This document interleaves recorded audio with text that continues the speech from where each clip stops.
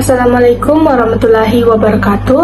Perkenalkan, nama saya Aglia Mikir Makia dari kelompok 2. Saya di sini berperan sebagai moderator. Perkenalkan, saya Cinta Menasa Delia Putri sebagai pemateri pertama. Perkenalkan, nama saya Andi Silvi sebagai pemateri kedua. Assalamualaikum warahmatullahi wabarakatuh. Perkenalkan, nama saya Hoidul Usman sebagai pemateri ketiga.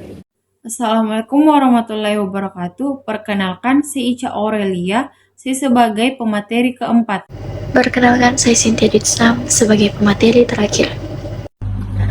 Jadi, itulah tadi anggota-anggota saya dari kelompok 2. Jadi, saya di sini sebagai moderator akan menjelaskan tentang pengertian pertumbuhan ekonomi secara umum dan serta ciri-cirinya.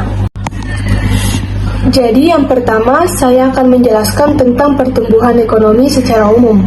Jadi, pertumbuhan ekonomi adalah kondisi di mana masyarakat suatu negara atau wilayah yang mengalami peningkatan pendapatan yang dapat disebabkan oleh kenaikan produksi barang dan jasa. Adapun 4 ciri-ciri pertumbuhan ekonomi, yaitu yang pertama, tingkat pertumbuhan penduduk dan produk berjalan dengan cepat. Dan yang kedua, adanya peningkatan produktivitas dalam masyarakat. Dan yang ketiga, terjadinya kenaikan aspek struktural serta urbanisasi. Dan yang keempat, hadirnya perluasan produksi barang SDM atau SDM ke negara maju. Baik, itulah penjelasan dari saya tentang pengertian pertumbuhan ekonomi secara umum serta ciri-cirinya. Selanjutnya, saya serahkan kepada pemateri pertama untuk menjelaskan materinya. Baik, terima kasih atas kesempatannya. Saya akan menjelaskan tentang faktor-faktor yang memengaruhi pertumbuhan ekonomi. Faktor-faktornya yaitu yang pertama, sumber daya alam, kedua, sumber daya modal dan teknologi, ketiga, jumlah penduduk dan kualitas penduduk, keempat, sistem sosial dan sikap masyarakat, kelima, luas pasar dan pangsa pasar, keenam, akumulasi modal yang meliputi semua jenis dan investasi baru yang ditanamkan pada tanah, peralatan fisik, dan modal atau sumber daya alam, ketujuh, kemajuan teknologi, kedelapan, pertumbuhan penduduk dan angkatan kerja. Oke, sekian dari penjelasan saya mengenai faktor-faktor yang memengaruhi pertumbuhan ekonomi. Saya kembalikan ke moderator. Baik, itulah penjelasan dari anggota kelompok saya tentang menjelaskan faktor-faktor yang mempengaruhi pertumbuhan ekonomi.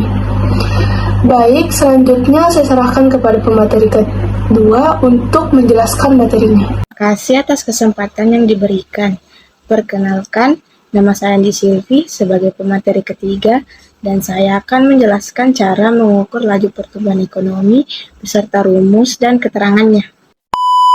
Pertumbuhan ekonomi suatu negara menjadi salah satu indikator peningkatan kesejahteraan masyarakat dalam suatu negara. Dengan mengetahui laju pertumbuhan ekonomi, pemerintah dapat mengetahui sejauh mana kinerja pemerintah yang dijalankannya.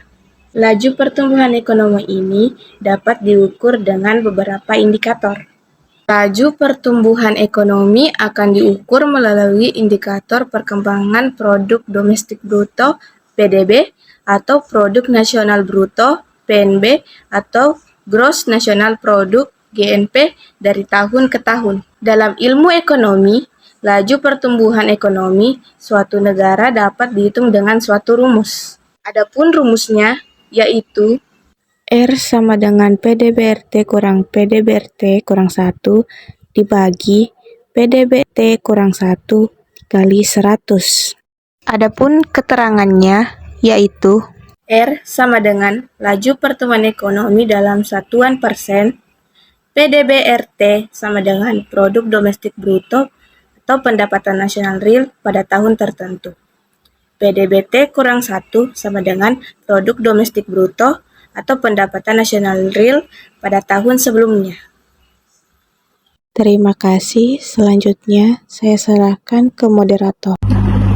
Baik, itulah penjelasan dari anggota kelompok saya tentang menjelaskan cara mengukur laju pertumbuhan ekonomi beserta rumus dan contohnya. Selanjutnya, saya serahkan kepada pemateri ketiga untuk menjelaskan materinya. Baik, terima kasih atas kesempatannya. Saya akan menjelaskan indikator-indikator pertumbuhan ekonomi. Adapun indikatornya ada 4. Yang pertama adalah produk domestik bruto. Produk domestik bruto mempresentasikan pendapatan nasional dengan menghitung keseluruhan output barang dan jasa yang diproduksi di suatu negara. Yang kedua adalah pendapatan per kapita.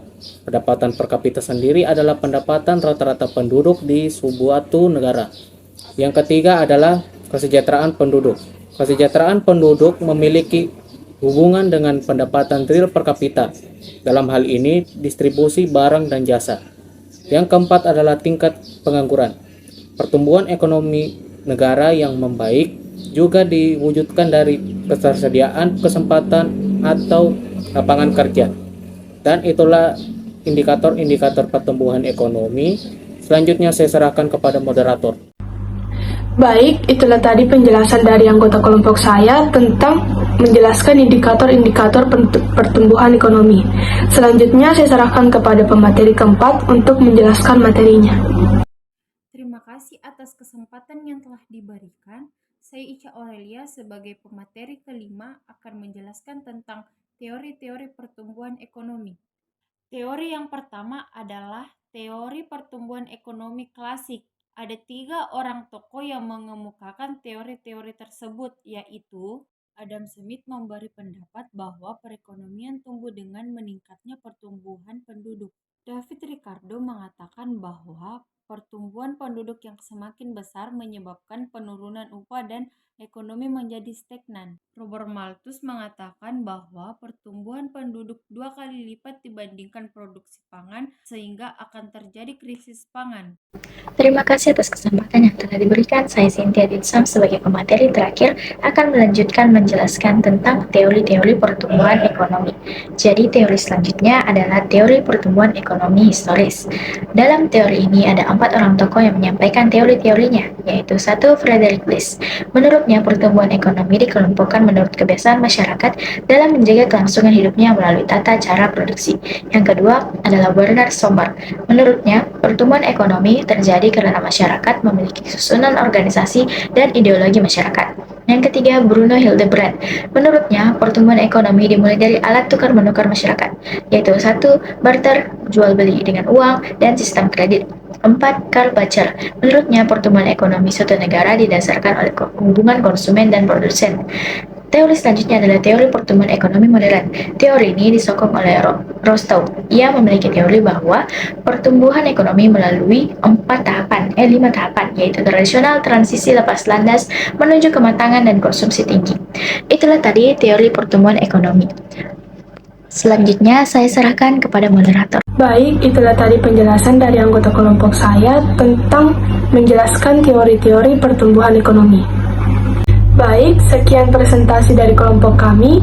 Lebih dan kurangnya mohon dimaafkan. Wassalamualaikum warahmatullahi wabarakatuh.